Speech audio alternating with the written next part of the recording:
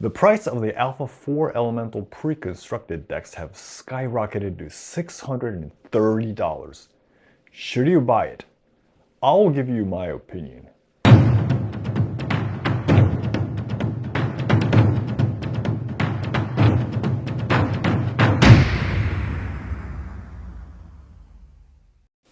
Hi everyone, this is Hank from Wizard's Den, and you are watching Sorcery TCG News.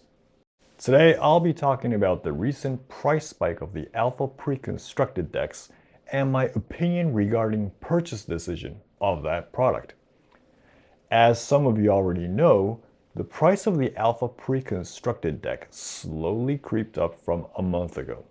Right now, it has shot up in price when an eBay auction of a precon got sold for $630. That is approximately double the price of an Alpha booster box that is being sold in the secondary market. Currently, the price range of a precon is around $600, and anything under that gets sold pretty quickly.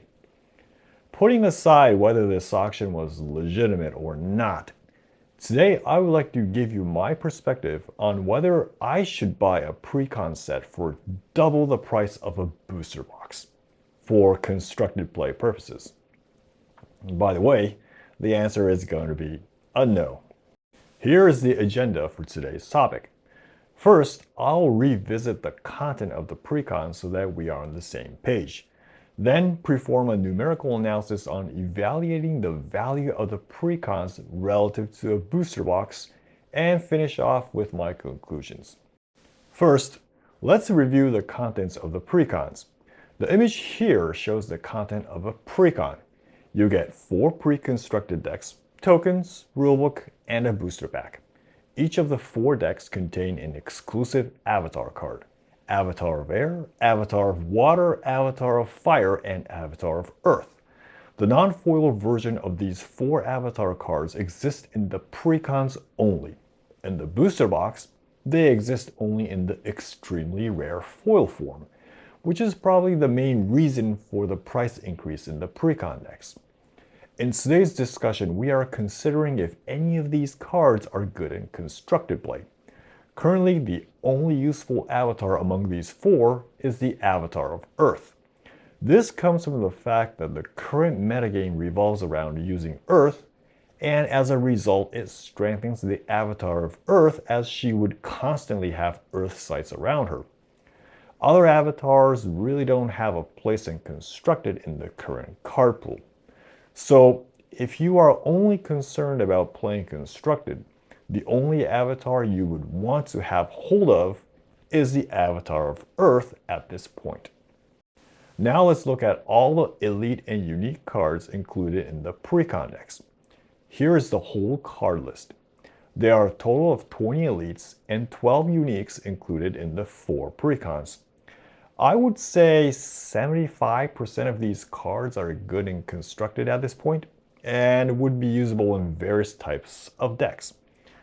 Here is a summary table comparing with what you can expect to get from a booster box. You can see that you do get a lot of cards from opening a precon. To quantitatively evaluate the value of a precon, let's calculate the value of a precon deck relative to a booster box using print numbers and expected number of cards from a booster box. For this value calculation, we will simply set the relative value of elites, uniques, and precon cards by the print run for each card. For example, we will set a unique card's value to be 2.4 times more valuable than an elite card because there are 2.4 times more print runs of elite cards compared to unique cards. Calculating the print run assumes the set number of elites to be 100 and uniques to be 56, which should not be too off even though we are not sure of the whole card set yet.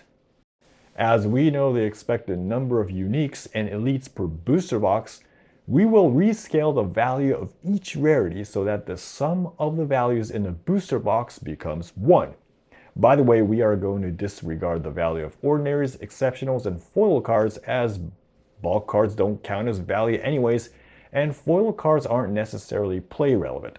Remember, right now we are evaluating the value of a precon from a constructed play perspective.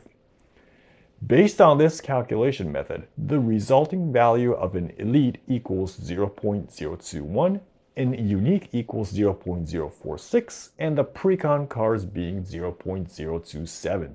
These are essentially normalized value of a card relative to a booster box. Using these numbers, we can calculate the total value of a precon. Method 1 calculated the value by giving precon cards the same value of a normal card in the same rarity. So it assumes precon uniques have the same value of a normal unique, which is an overvalue from a collector perspective, but a useful metric to evaluate the total value from a player perspective. Method 2 was calculated by using the precon card values specifically. In Method 1, the value of a precon is around 96% of a booster box, and in Method 2, it is around 85%. Even if we derate this by the ratio of actual usefulness of the cards, I can safely say that the precons at least have approximately 65% of the value of a booster box. This is the reason why I strongly push how precons give you the best bang per buck when you actually play with these cards. It gives you so much play value for its original MSRP. Yes, only when it's at its original MSRP, which is approximately 1/3 of the MSRP of a booster box. Once the price of a precon becomes 75 to 100% of a booster box, it loses its figure of merit.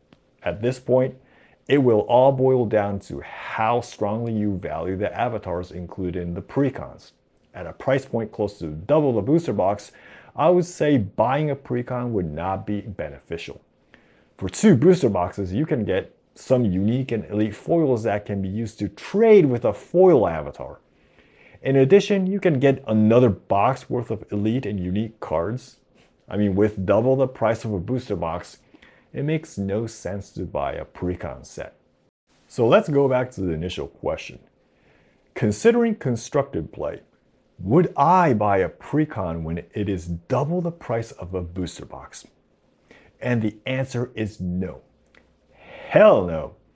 Not only is this an inflated price due to no actual products being available at this point in time, double the price of a booster box completely negates the purpose of this product as a value pack for the ones who want to start playing. You must remember precons only allows you to access fixed card sets, and they are intrinsically limited in value to start with.